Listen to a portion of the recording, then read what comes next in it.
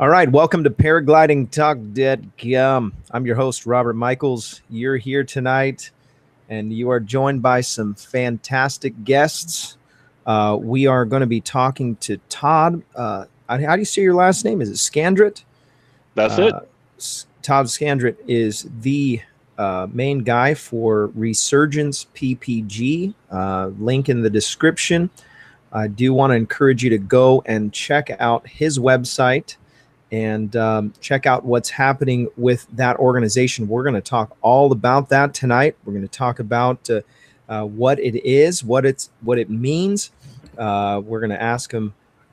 It's obviously a nonprofit and part of the 501c. Is it 501c3? 501c3. Yeah. So tax write-off donation type thing. We'll go into those details. I'm excited about that. You're also joined, Sean. Sean is now a moderator, part of the show. He's been actually with us from the very beginning. I've seen him in the chat, and he's a paramotor pilot, and so he's going to be moderating tonight. Josh he owns Nebraska PPG, Josh Bowden, and he is going to be doing some, and I don't want to step on this. We'll talk about it a little bit, what your role with teaching and the sport, all the things that are involved in paramotoring, and how you're connected to Todd and his organization.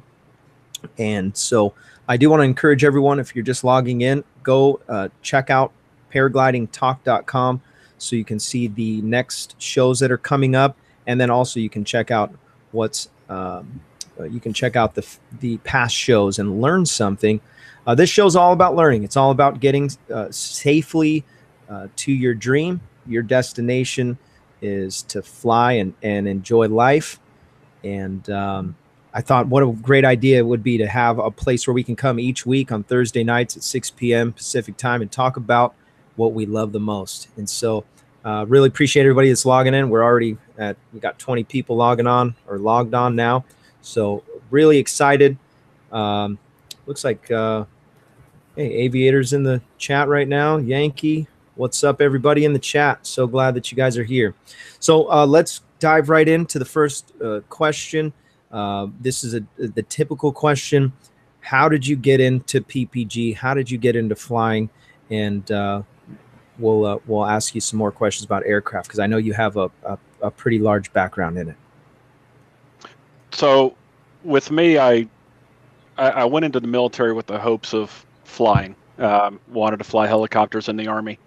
Unfortunately for me, one of my issues was I was not a very good student in college.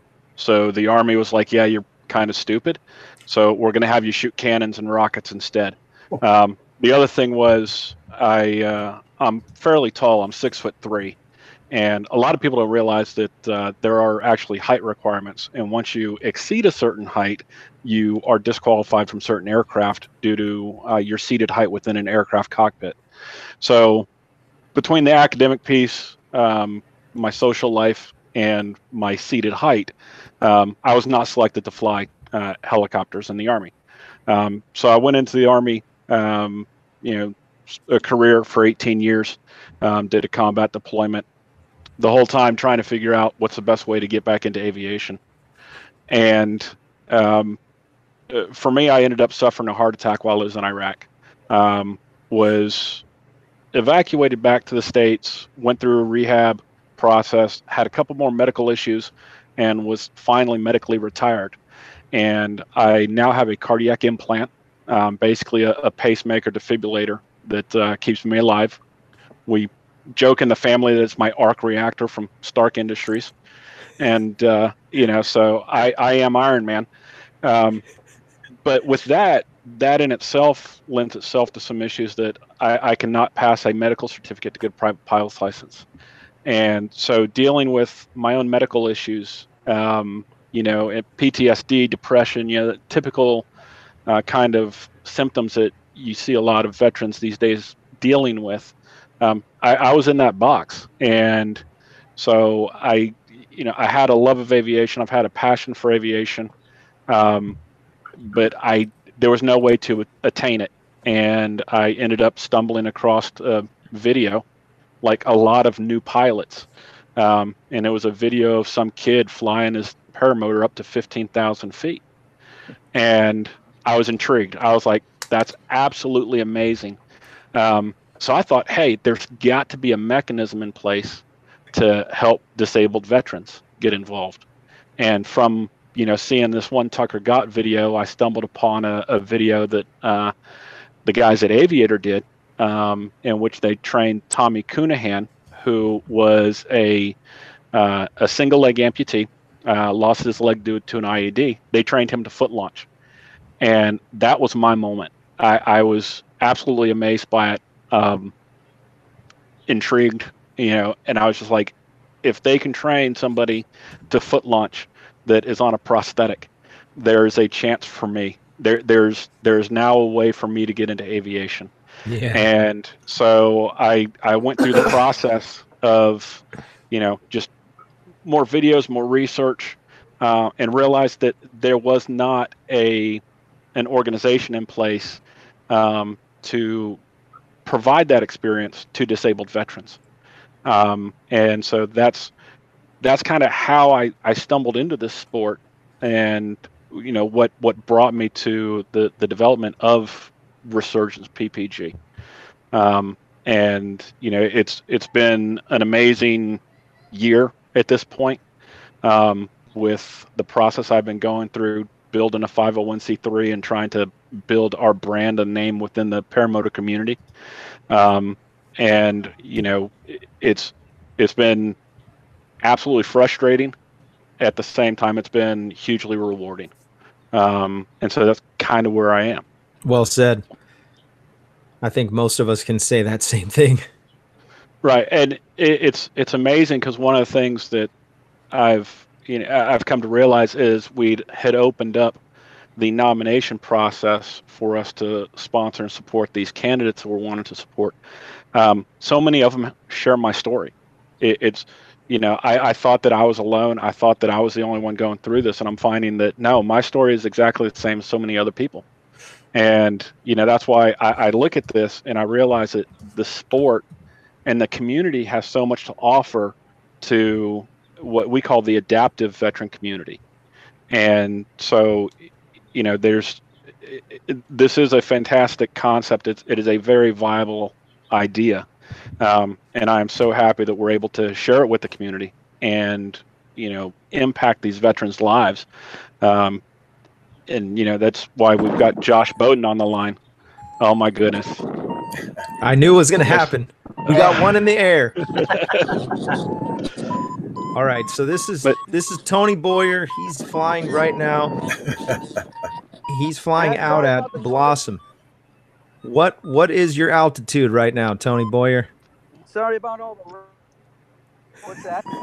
How high are you right now?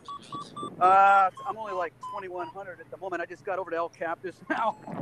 You're at El Cap and your phone works. Yeah, so far so good, man. Wow. It's weird over here. What's that? Yeah, it's pretty cloudy, dude, for how late it is. Wow, I love it. Yeah, man, I wish I could get my hand on the brakes and show you something cool, but I can't just yet because I'm afraid I'm going to ball up if I do. Oh, that makes for good video. Yeah, it does. That's true. If I was a better pilot, I'd be more than happy to do it. But I'm kind of a wuss. That is crazy. I'll try to bank up or do something here. No, I'm trying to be efficient at the moment. Don't. Yeah, be efficient.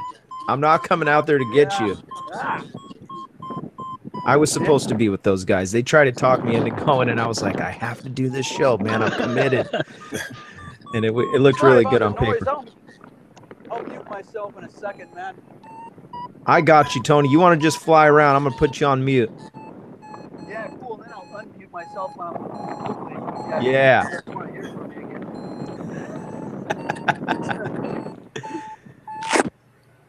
So Tony is a wild man. So and see, unfortunately, this is one of those points in the show that we could actually give some training points and tell them to do something that might be a little reckless.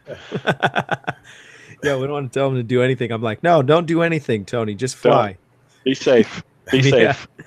He's such a great pilot. So he's out, just to give you a heads up, he's over what we call Blossom. And across from Blossom, there's this little mini cross country flight that we do to El Cap. And I encourage you to go check out that.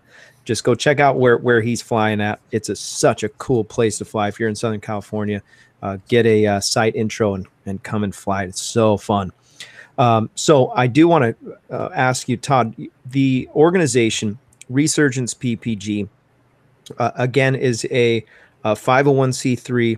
So it's a nonprofit.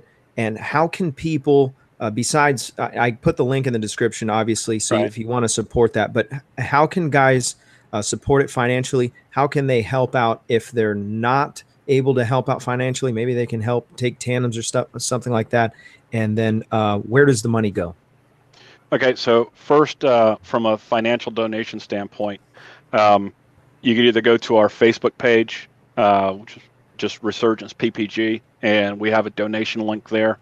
If you go to our main website, resurgenceppg.com, you can go to the donation page, and you can make donation through the website, through PayPal, anything along those lines. I've had individuals contact me, ask for the mailing address so they can just send me a check directly.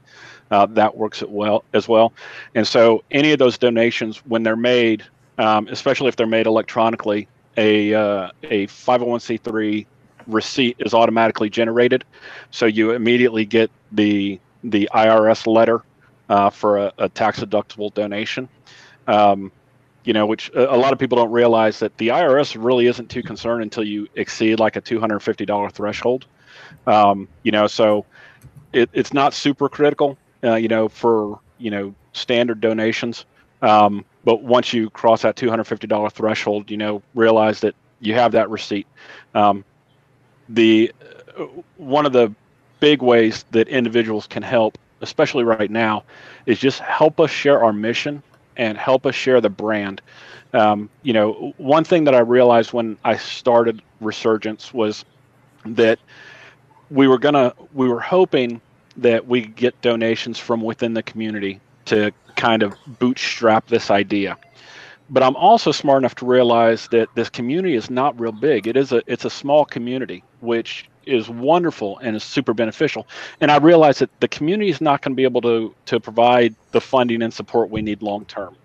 And so what I need primarily is people that are within the community that appreciate the idea and like what we're doing. They share it with their friends and their network of business associates and say, hey, there's this great organization, I'm into this sport, this guy's doing great things for the adaptive veteran community, can we go ahead and help out? Perfect example of this is Nick and Melissa LaBeouf out of the Bad Apples down in Georgia. They belong to the Woodman's Lodge in Dahlonega, Georgia, and they just went to a Woodman's Lodge meeting, and they presented the nonprofit to the Woodman's Lodge, and they're sending me a donation check from the Woodman's Lodge, which is fantastic. So you have a social philanthropic organization that is sending us money to help us out with our mission. And so that's kind of where I need the help. And that's where I see Resurgence moving towards, because I can't expect our community to fund this, Right. long term. It's just not going to happen. And so, I need help in reaching outside of the community at this point and, engaging businesses and other organizations that would be willing to provide some money. And then it goes back to, where does the money go? It goes directly to the scholarship piece for our candidates. And when I say scholarship, what we look for and what we try to do is we sponsor the full training aspect for a student. And what we do is we base our budgeting off of the Resurgence, or off of the Aviator PPG model, and we take the Aviator PPG tuition cost, and then we also look at a travel cost to get that candidate from their home of record to that training site. We look at a lodging component to make sure we're able to pay their lodging while they're there. And we pay a per diem so that they're able to pay for meals and miscellaneous items while they're at the training. And what that does is it results in a zero cost experience for those candidates. And, just from a, people think, well, training, you can either get training for free, or you can pay $1,500, you can pay $2,500, you can pay $3,500. There's a whole bunch of numbers out there depending on the instructor and the school you go to. So people think it's not that much, but once you look at moving somebody 7 states away to go train, and you house them for 15 days in a hotel, and you provide that per diem so they can eat. From a budgeting standpoint, we're looking at about $7,000 per candidate, and so that's exactly where the money goes to. We've taken some money, and I've got some T-shirts, and that's part of the branding piece. We got some pamphlets and business cards, those kind of things, that are directly business related. But our big cost is trying to make sure that we've got the money there for those candidates, so we can go ahead and sponsor these training programs for them. Man, I love it. Incredible. I love the idea too.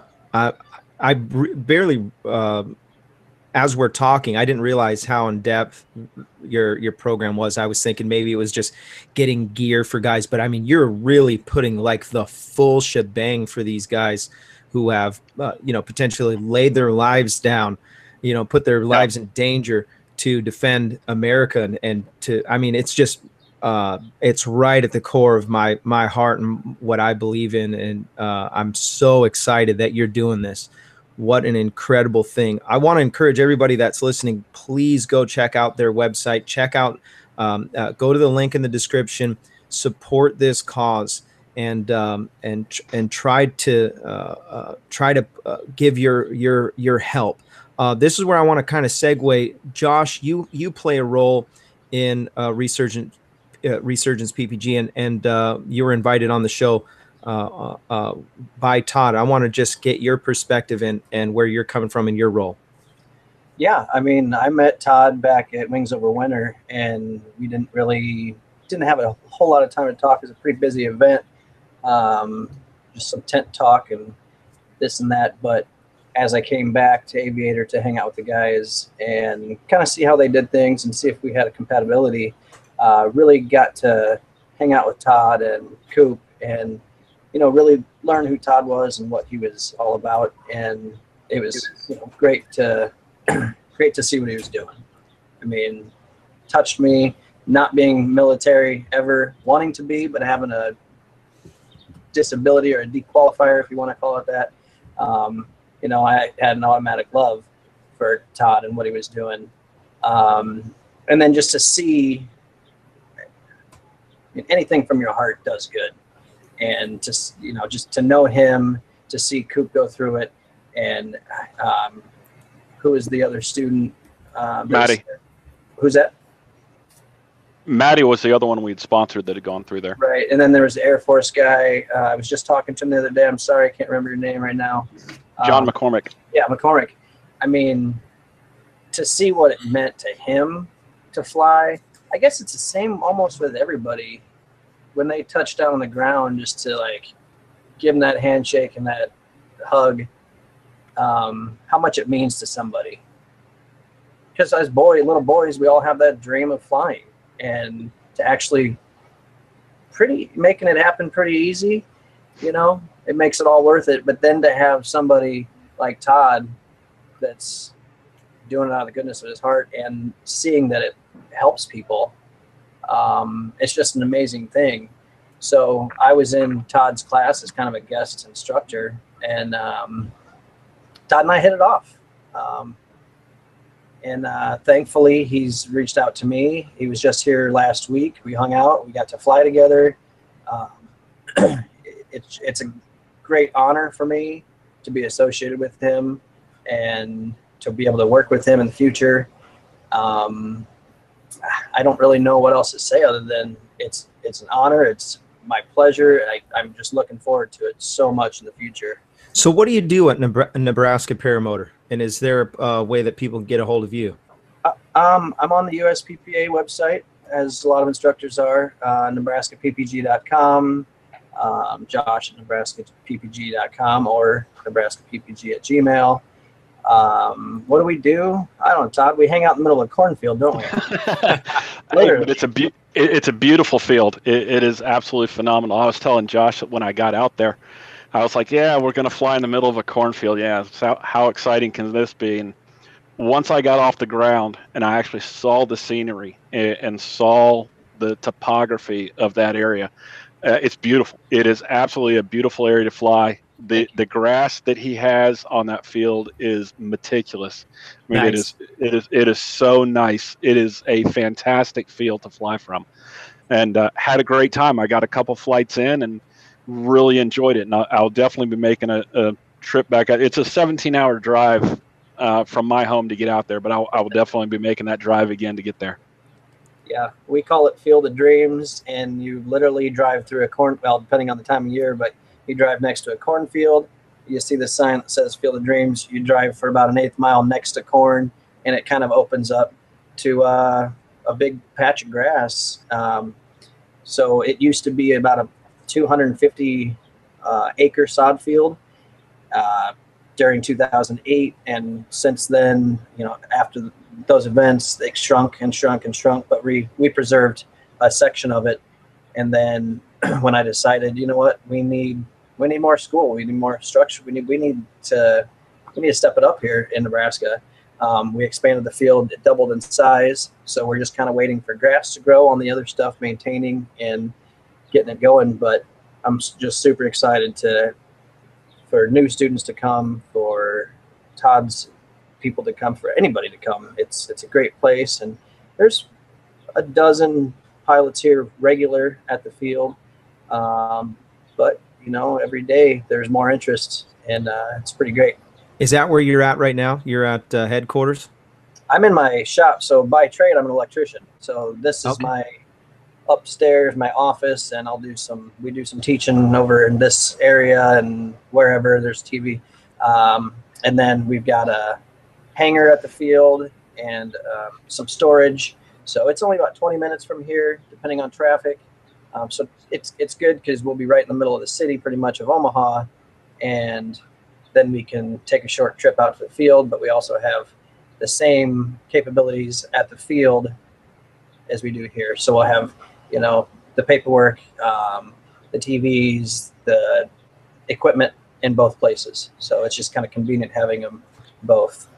So Eric Farewell, he said it's one of the most beautiful places he's flown, without a doubt. That was his comment in the chat. I don't know if you can see the chat. And then Yankees mentioned that there's a lot of different ways to present the cause, and I encourage everybody to go and maybe just take a minute to click on the Resurgence PPG on Facebook and maybe just share a link to what they're doing, just because it's so cool. Tony Boyer, are you still with us? Tony Boyer is in the air flying over Blossom, and I want to check in with him. How's it going up there? Is it thumbs up? I got him muted. I'm more excited about Mark with his electronic fly swatter. I wanted to see if he's hitting anything. Dude, these things are horrible. Look at this. Wait, was that thing literally up here? Was that thing literally just zapping bugs right now? You can. Oh my god! Yeah. I'll do my tongue. Oh yeah, there's a couple dead ones in here. Be careful! Don't stick your fingers in there. We'll do the tongue. Will it shock you? Oh yeah. Yeah. Ow! That was a big one. Yeah, these are heavy duty. I've seen those, but I never thought to use them. Oh, I have 4 of them. Yeah, I have 4 of them, and then citronella candles going everywhere. It's just like, it's a jungle in Wisconsin right now. Went from winter to straight up jungle. Oh my gosh. Tony Boyer, let us see how high you are. Can you take your phone out and point it towards the ground? I just want to see where you're flying at and what I'm missing right now. I like this idea of having a pilot in the air during the show. This really makes it awesome. It's a whole different level. I didn't think he was really going to do it. He was there was a paramotor pilot live on Facebook this morning, and I just happened to be timing it as I was, had my coffee and was going to the bathroom. I'm like, oh, I can just sit here and be live with somebody flying, holding on to their phone. It's a different world now.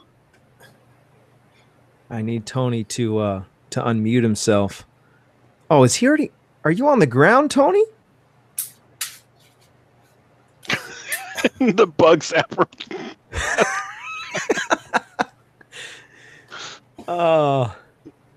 So Neil, pair perspective. There he is. Are you on the ground, Tony? Did you mute him or did he mute himself? No, I had to mute him because his variometer was giving me an anxiety. I was about to run out of here and get my gear. Okay, can you hear me? Yeah, now I can hear you. Yeah. Oh, dang, I did. I had time. See, look, I got Art getting them out for me right now. What happened? I had sticks in my line. Oh, sticks in your lines. Dang it! There's no reception on the top of Blossom. That's why you can't hear him. All right, nice? Tony. We'll check back in a little bit. You're breaking up. Okay. Dang it! That is hilarious.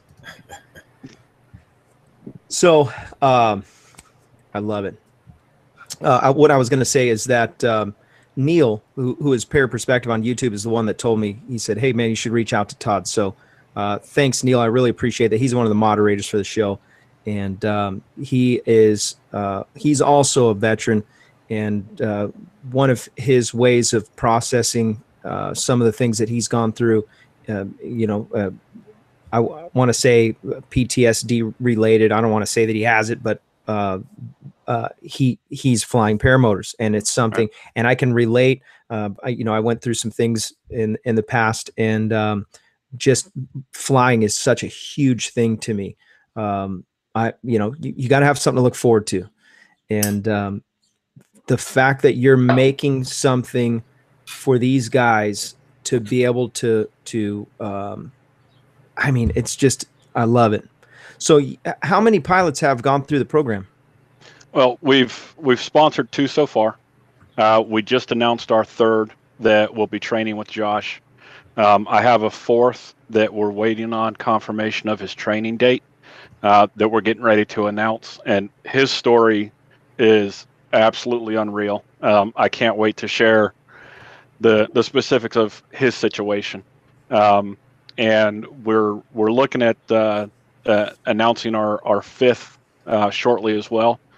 We just need to make sure that the money is there, because again, going back to the cost piece, and what we look at per student, we're a really small nonprofit, and so money is the key driver for it. But from a nomination standpoint, the thing that is so difficult for me is I actually had to turn off our nomination page.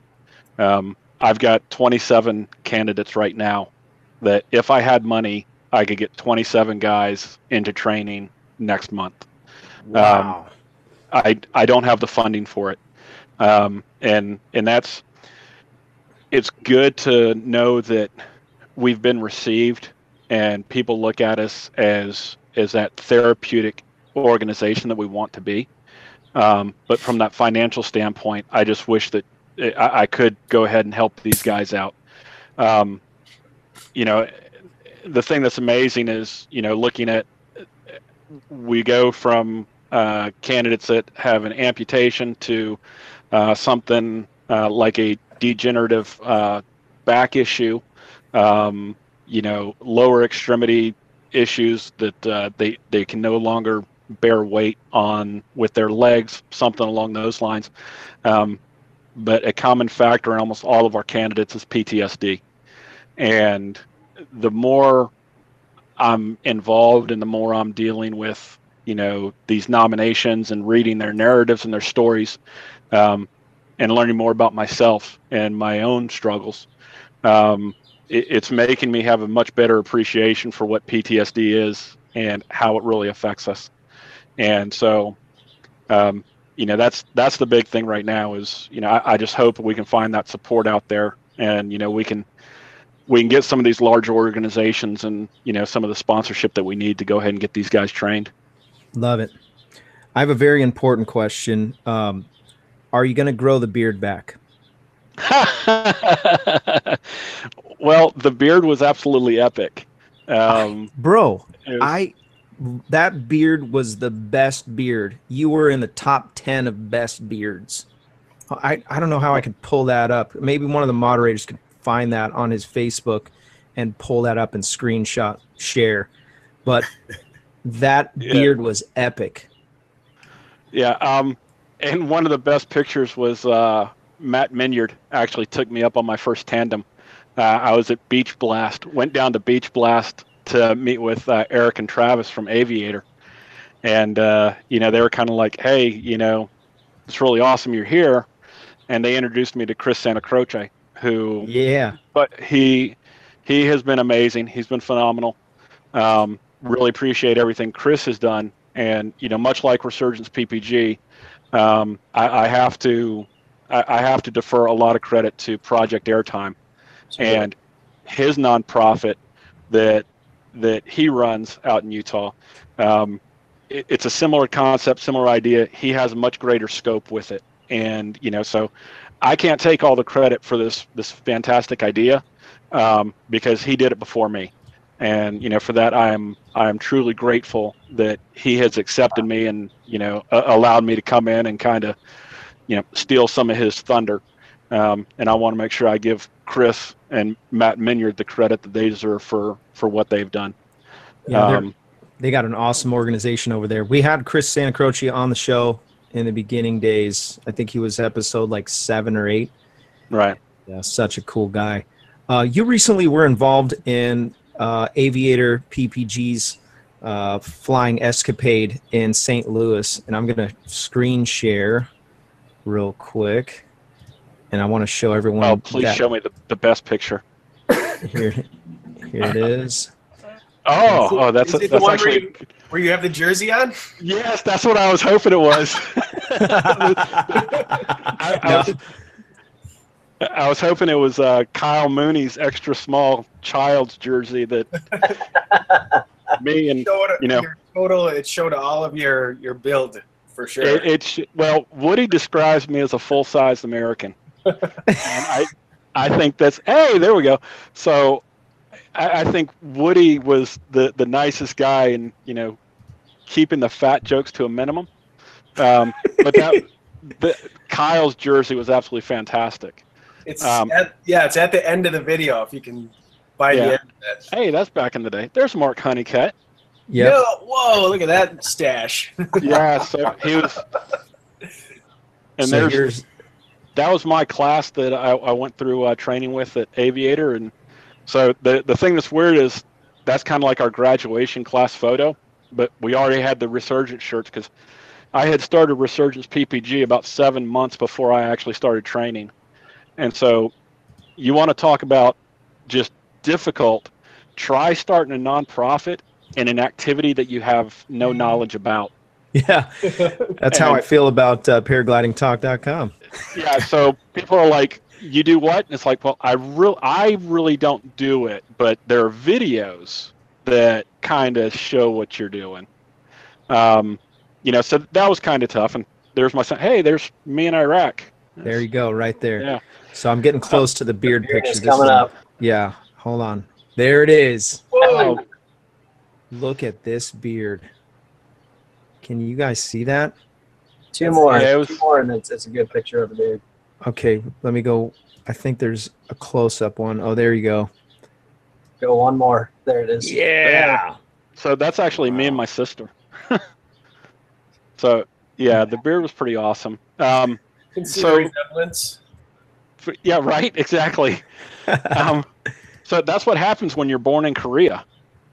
People don't realize it. So, now she, my father was in the military as well, and she was adopted when we were stationed over in Korea. So, another great story of love and giving back and that kind of thing. But getting back to the escapades with the Aviator PPG guys and the St. Louis trip. So how that all came about was we had gotten enough funding for me to name a candidate.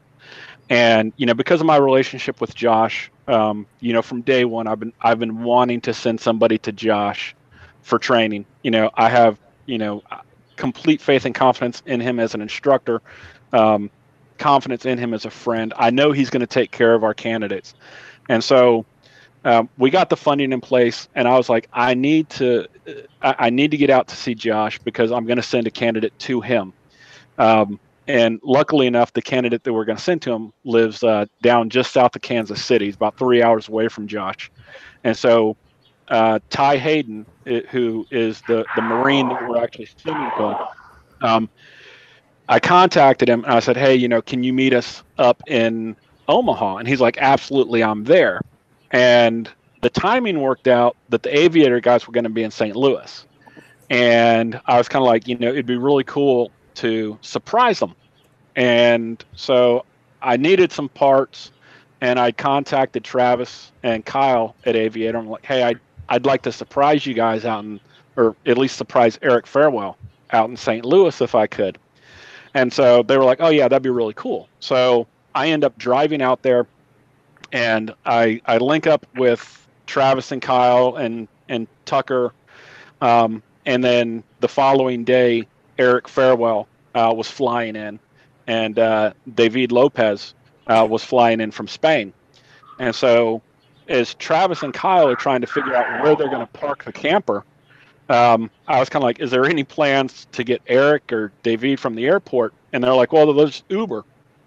And then we were like, hey, how about I go pick him up? I go pick up Eric. And so I ended up being the surprise Uber driver to pick up Eric Farewell in St. Louis. And so that was kind of cool. And so, I surprised them, and, Eric and Travis and Kyle are just fantastic to hang out with. They've treated me so well from the start. And so they were letting me hang out and be one of the guys. And, as things worked out, because it was a remote air show, they actually needed some help at the airport during the air show piece. And so as Eric and Travis were at the air show site in front of the arch, I actually helped them with the coordination with the control tower at the downtown airport.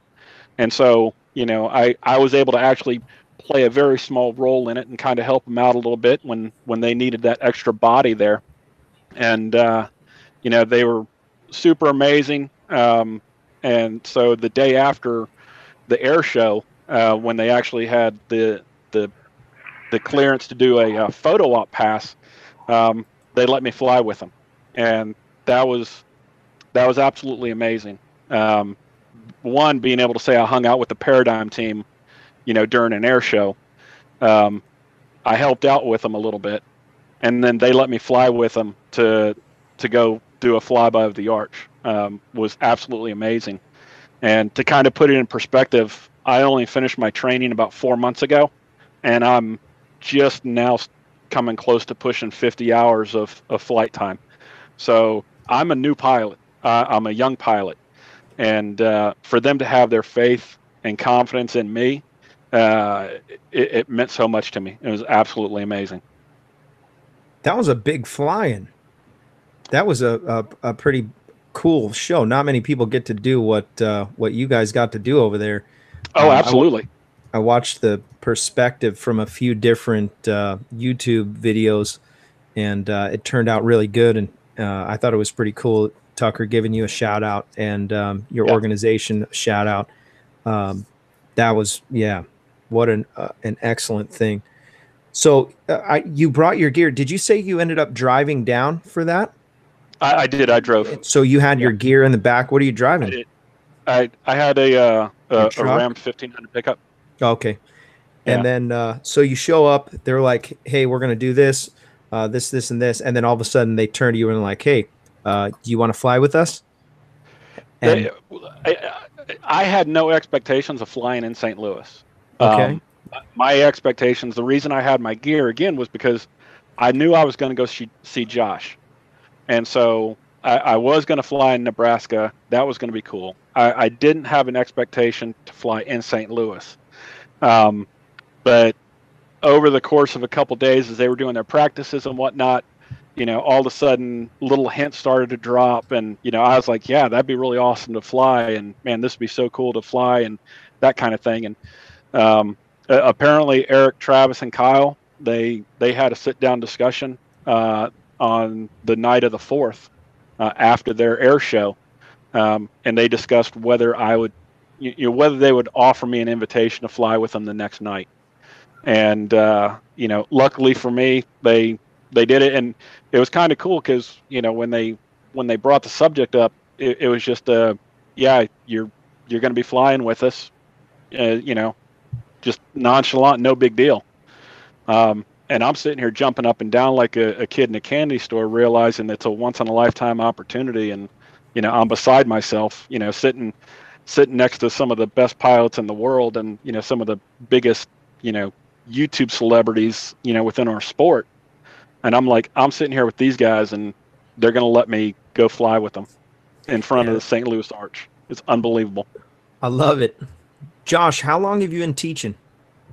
I guess I've been teaching aside along with our local guy here.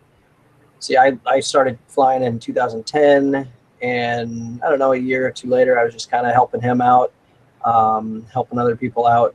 So, but realistically, not that it's a full-time gig right now. I hope it to be, but just kind of on and off for, the whole time. After about a year, kind of the whole time, but just alongside of the guy that teaches here, that has been teaching here for, I don't even know, a long time, a very long time.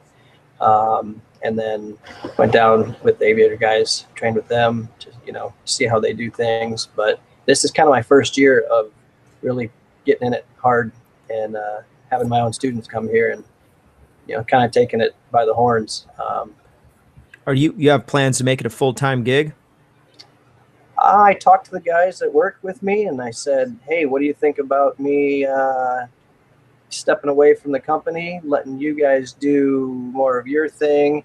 And they said, beat it. We do a better job when you're not around anyways. You micromanage too much. Okay, I'll do it then. So that is the end game, is to step away and maybe eventually let them, buy the company from me or whatever, keep it as a, just watch everything. A cash cow. Just call it what it is. It's cash cow. You need to keep that thing going. Okay. Maybe just kidding. I can't say no. It's make me money. Just go ahead and take it. So yes, absolutely. I can't just walk away from it. I've been doing electrical for 21 years. About 21 years. So for me to walk away from it is easy, but it's hard. It's been all I've known from the time I was 18 till 38 or 39. But to be able to show the new guys, hey, this is how business goes. This is what our customers expect. Keep it going, keep providing for them, and you can take more of the profit and you can take more responsibility. And it's kind of my model for, when I teach too. It's just, I'm kind of a perfectionist.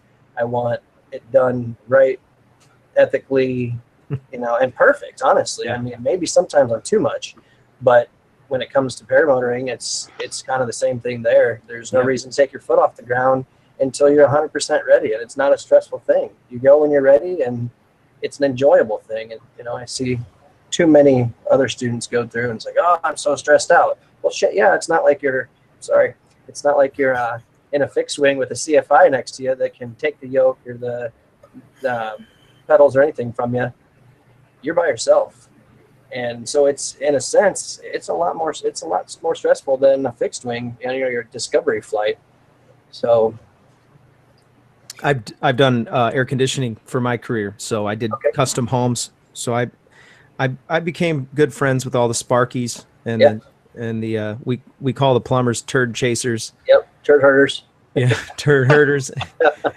The HVAC guys are considered tin knockers. Yes. And then I don't know what we're called other than Sparky. Sparkies, yeah. We're the Shocking. And when you said you micromanage, I think every electrician that I've worked with micromanages, and that's fine. Yeah. You don't want any shocking events. Sure.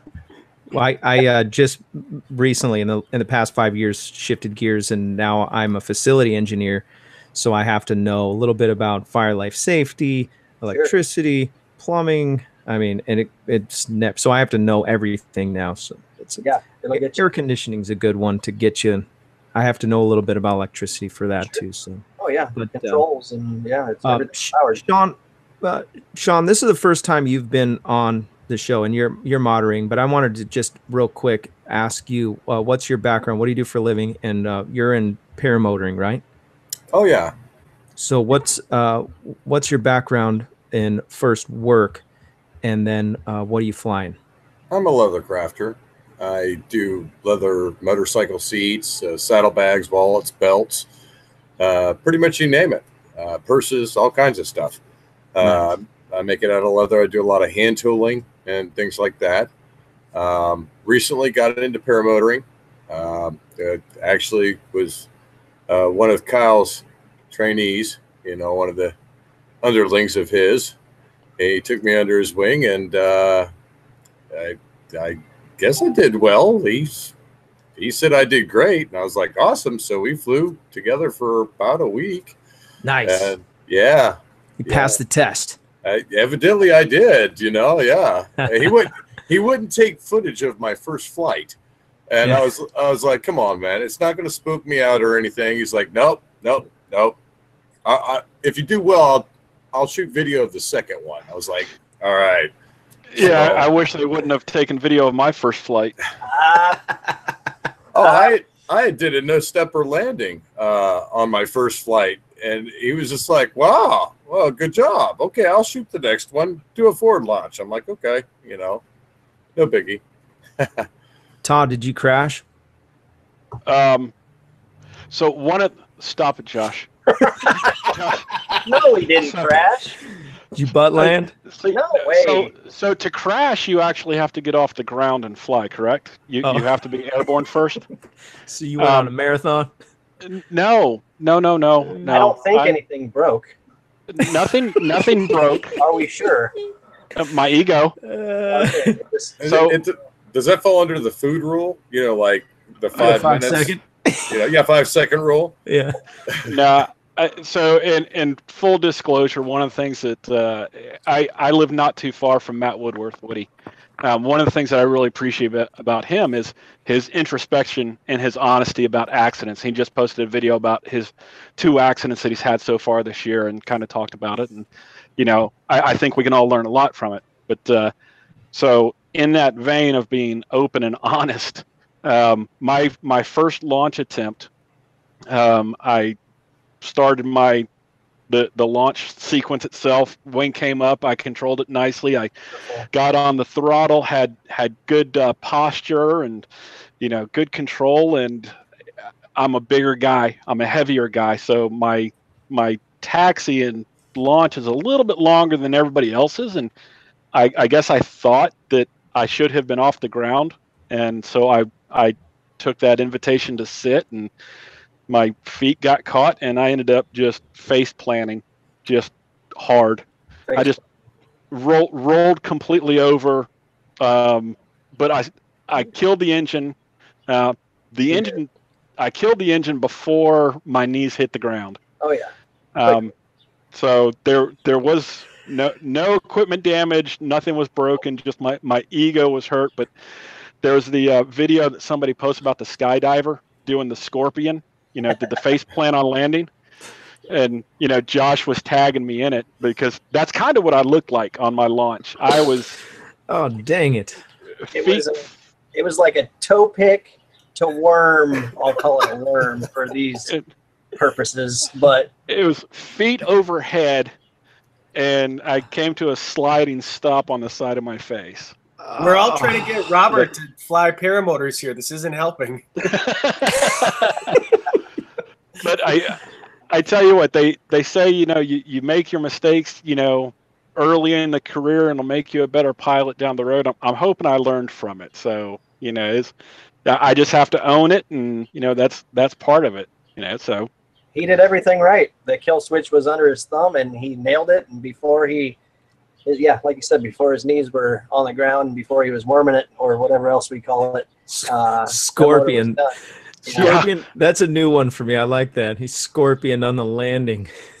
Yeah. So the worst part was the I guess the narrative that Eric Farrell was giving on the radio that was recorded that we won't talk about here.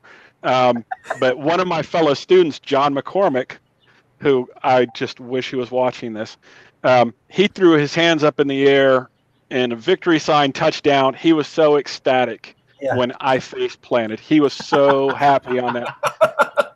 And I'm like, it was terrible. I'm like, dude, you're supposed to be a buddy of mine, a fellow veteran. We're in this class together. Come on, show me a little up. No, he was so excited I face planted, but it's so funny. The first time I ever face planted, I had the state public television crew out filming me for a TV show. No, we'd love to showcase a day in the life of Mark Amundsen. I was so pumped. Got up early. The wing overshot me. I completely face planted. I broke my prop, and I was like, I got this. So I fixed it with epoxy and packing tape and went up flying. Wow. Like 3 minutes. So yeah, that happens once in a while. Happens. Oh and my god. You just have to own it. Yep. Wow. You still flew after you blew up your prop. It kind of fit back. There was like 3 pieces kind of Oreo cookie back together. And halfway through the flight, I heard it came off, and I landed, and they're like, "We got enough. We got what we need. Great job. Great job." They cut it short because they didn't want you to die. Yeah, like, please, we don't want a video you dying on our program. Oh man, dang it! Yeah, those first 25 flights, there's gonna be 1 or 2 things that happen. But yeah, it's trying to minimize it and getting back up and rocking it out. Yeah, I hadn't even gotten to number 1 yet. Yeah. I don't know how to share this picture. It's on this screen. I don't know how to put it on here. The skydiver with the Scorpion. Oh, the video. So no, it's just a picture. Click on your face. Yep. And then you'll see a little green thing that says screen share. Yep. Click screen share and then present to everyone. Right there. And then you have to be the one talking when you share it. Can you see it right now? Oh, that's the. He didn't look like yes, skydiver. He had a motor on his back, but that's pretty much what I looked like. That's pretty much what happened to me. It's too bad there's no video evidence. I think that justifies as a Superman. Superman. Yeah, hands out. I like the hands out. That was he was fully committed to go for the face. He was. And from what I know about skydiving is the Icarus wings were super fast back in the day. So maybe that's still the case. What's kind of blown my mind is that Tony Boyer is still in the air. He's still flying around. Is he? While he is so committed to the show. He's another moderator that he didn't want to miss the show and he didn't want to not be moderating it. So he's flying around this whole time. I've been listening for like the last half hour driving home from the LZ. Did you go flying, Neil? Oh, yeah, absolutely. Nice. I planned on being on the ground by 9 o'clock, but it didn't quite work out that way. Still sunlight at 9? There was a little bit left, yeah. I was gonna say it'll still be enough to like see what you're doing when you're packing up at 9 here too. I'm kind of loving it. Yeah. By the way, Neil, I really appreciate you connecting me with Todd and these guys. So, dude, I'm glad we got him on, man. It's awesome. Yeah. Yeah, definitely. Thank you so much. That's Tony Boyer. That's great what you're doing, Todd. I think that's absolutely amazing, and I think that more people should want to follow suit.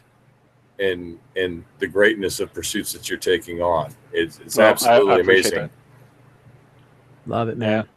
Any Tony. veteran that wants to fly, I can't recommend it enough to them, man. There's just, there's camaraderie and crap talking to each other and adrenaline, tons and tons of adrenaline. Dude, there's nothing like it, man. I love it. Absolutely love it. It has changed my life. You just never stop thinking about it. I mean, it's every single day, whether it's the weather or who can come and hang out or where you're going to go and permission to fly. Yeah, it consumes you. Exactly. I completely agree. It gives you something to think about other than other stuff that you might have on your mind, Tony's trying to figure out how to unmute himself. Tony, unmute yourself. There you Oh, go. yeah, I did, but then every time I do, my Vario starts beeping. Dude, this place is raging still. 7 It's o'clock. crazy. I'm still 1,000 over. Check it out if I can switch this camera. See, look at that. Oh my word. Nice. Yeah, dude, I finally just forced Art to turn left. I was like, hey, man. It's something. Something.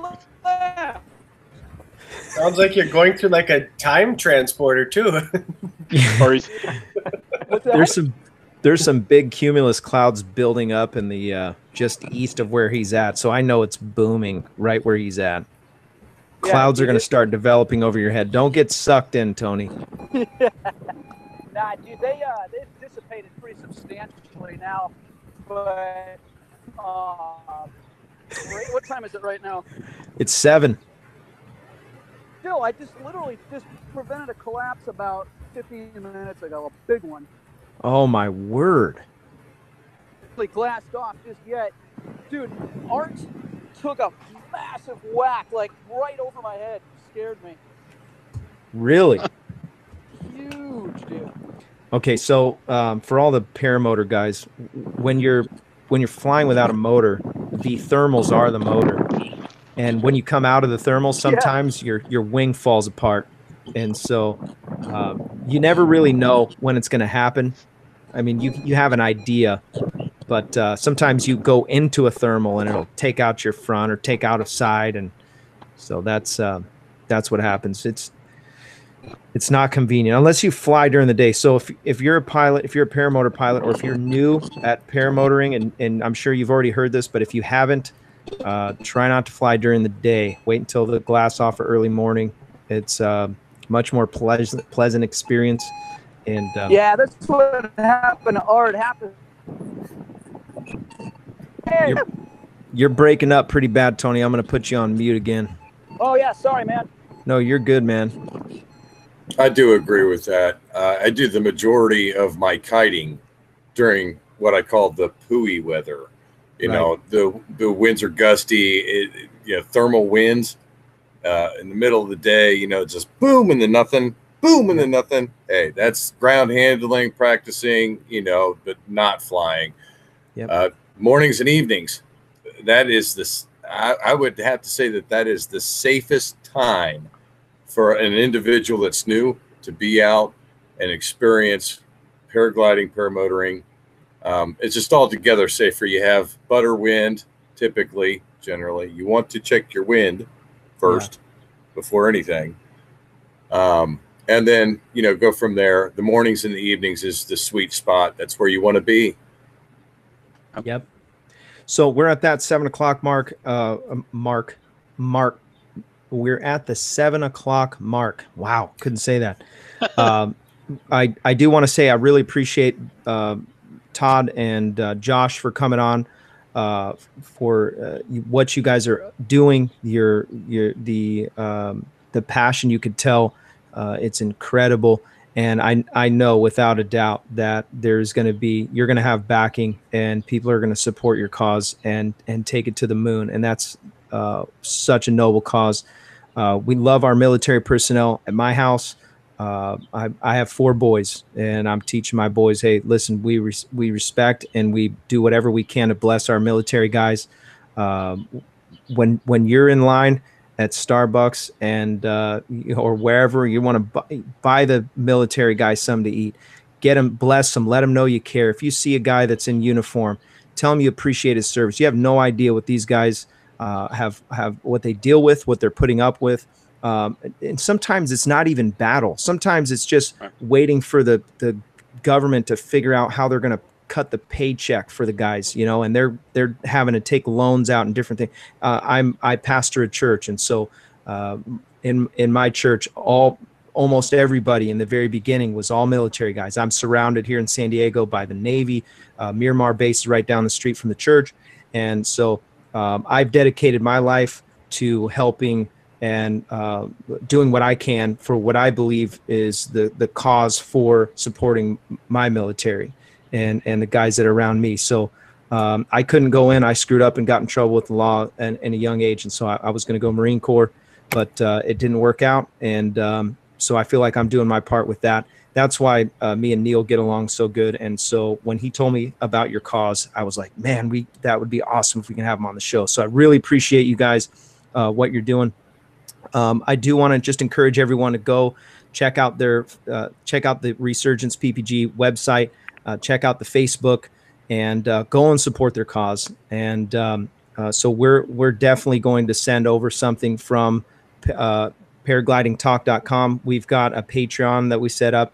And so I'll just say now, we're going to send $100 to the cause. I know that's not much, but mark it down. That's on its way.